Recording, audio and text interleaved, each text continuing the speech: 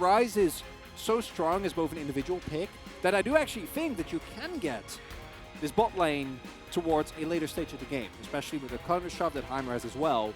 But does that matter? And that's where I'm like, I don't know, because Ashe Varus, in terms of initiation, in terms of poke, in terms of like locking you out of games, is incredible. And then we have the ultimate level 16 threat in Kassadin at the ready as well for FAKER. And here we go. We're on the Rift here for game number 3. This is a game 3 that maybe a lot of people would not have expected. I know coming into this one, 2-0 was a very common score that people were saying for T1.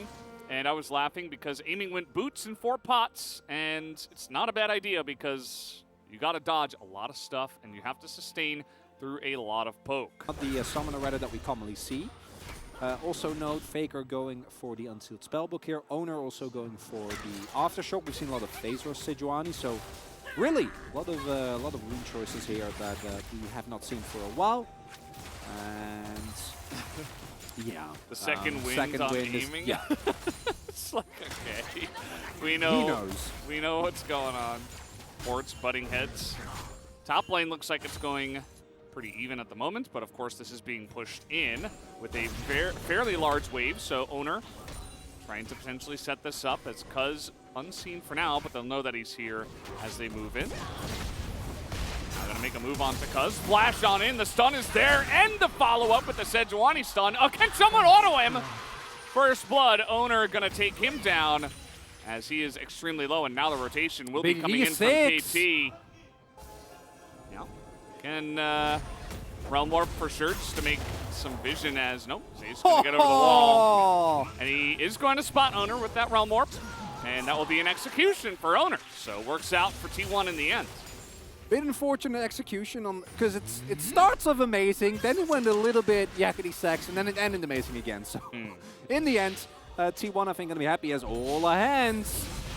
Oh boy. Unfortunate timing for FAKER is now the gank from the Heimerdinger might be what is all that he needed, as now BDD just follows up with a flash and okay. Waiting for the reset here on the mana for FAKER's ult, and he actually gets away for now. He's not going to go for the execute though.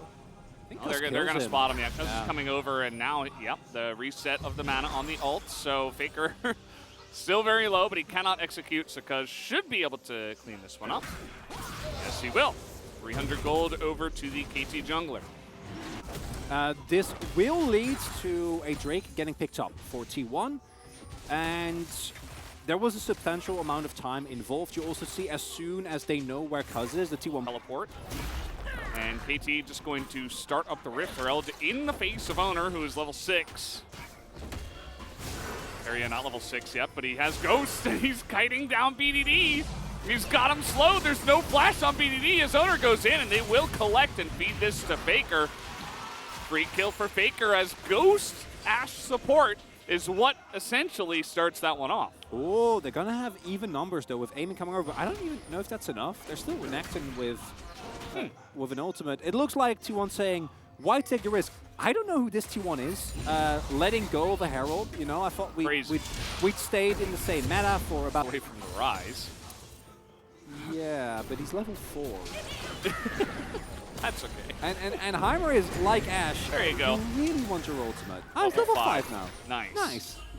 Oh, better than level 4. Oh, yeah, marginally. Improvements have been made. It is strictly better, yes. Yes. Okay, they are actually going to throw that in, and the Ashe Arrow as well, and the Chains of Corruption. They really hate this level 5 little guy with the crazy hair, and you know what? That's just going to be another free kill, and that's what happens when you draft a comp like this. Your pick potential is just off the charts. He's never going to hit level 6. Yeah. We're going to keep killing him. It's unfair. Solo QB already would have left. Oh, yeah. He never would have hit level 6, actually. Everyone will be saying FF15. Yeah. But that's not what's happening in this game. 9 times support. Summon the support. You really have to lobby for those as well. Yeah. You're going to take the global gold and head up the top. They read the play. The gank was coming in from KT. So it's like 60% bot lane, then like 30% mid lane shenanigans as Faker's going to fight Cuz. Yeah. He's 2 levels up. Kind of interesting. I mean, the arrow is going to come in, and the flash doesn't help him at all. Chains of Corruption, you are gone. They feed it over to Faker as well, who now has 2 kills under his belt and is stacking the XP and gold. T1, they're like paragliding into the victory right now. Feels so easy and smooth for them. Okay, a little bit questionable, but What's fine. Power gliding? Paragliding. Oh, paragliding. Yeah. I was very. Paragliding. I wanted to ask you about this. Sounds what like is a solo power queue term. gliding? They're Astra smurfing to the victory too. They're power gliding. Oh, I kind of know. I wish it was a thing. You can only, the Zeri collects the wave, so. Yeah, it's not his fault. Especially because, Keria and Mahens have been roaming so much. So at least he's been able to catch up in terms of the CS, but it's not really the point of, right now the game state, essentially, and where T1 is in terms of their lead. Mahens, some free damage coming in there from Faker. Total vision control, essentially, here for the side of T1. It's another Ocean Soul. The 3rd one in a row. Somebody turn off that Ocean Soul switch, I swear. It's okay. Mahens with the big flank, I guess. The arrow comes in onto the Wukong, and he gets 100 to 0'd. Mahens can't even get there on time. They kill him so quickly. And a couple of kills come in. And the Rift Herald is going to collect an extra kill over to the Varus. Make it 4. Can we make it an ace at 18 minutes? T1 just kind of playing with their food as Faker will just Sonya's at the end as the ace will be collected. Clean ace coming through, and while the Nexus might not fall, I do feel like we're approaching the point very rapidly where the game might be over. Now, I'm not Wolf, so I'm not going to make a call because I physically cannot. Yeah. But very unfortunate scenario. I don't know if Cuz didn't have his W available, if he thought that he could sidestep it, but unfortunately unable to tank that with his clone.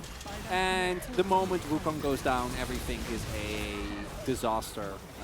T1 just has to run him down. Faker, very, very leisurely, tanks as much as he needs to. Has the stopwatch after all. Even if he dies, doesn't matter. Yeah. 가보자. Let's go. I love that emote. And, okay. Carry.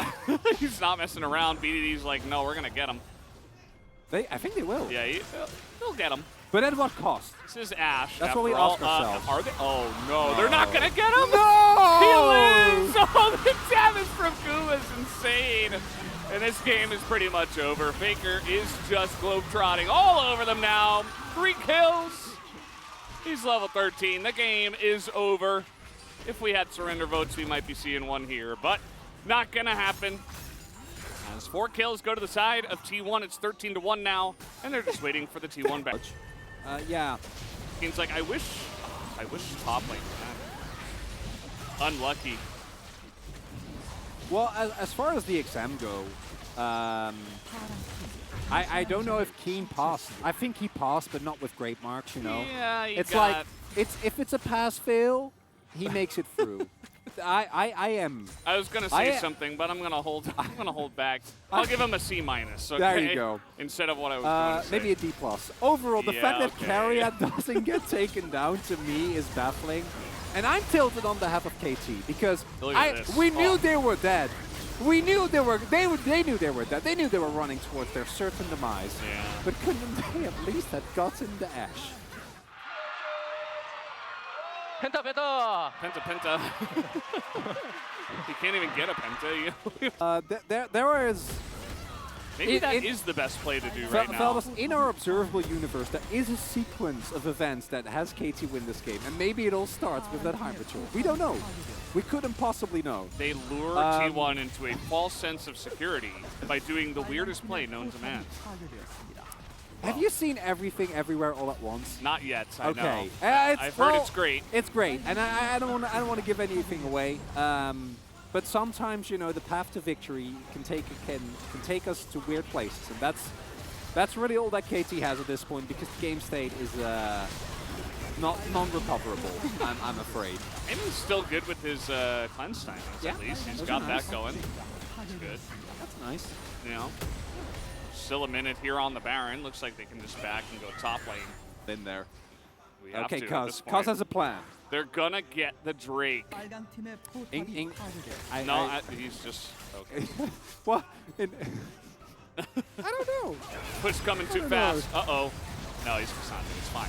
Right? Right? Is it fine? Yeah, it's fine. I think it's fine. Maybe it's not. No, it's not fine. Faker's legendary as he gets in there and picks up an 8th kill. This should be the end of the game. T1 will just push down the mid lane, or maybe the bottom lane where they do have minions. They have it in both. Does not matter. 24-minute game as T1 will just stomp them at the end of this game. Maybe they'll play with their food as well, looking for a little dive onto the fountain. They're trying to bait in Faker, and they will take down the Nexus in time. Bunch of good-natured buddies as 16-1 is the final kill score as well. Easiest game it felt like for T1 as they skated to the victory and the 2-1 tonight. And as we are coming to the halfway point of this night at the LCK, everything goes according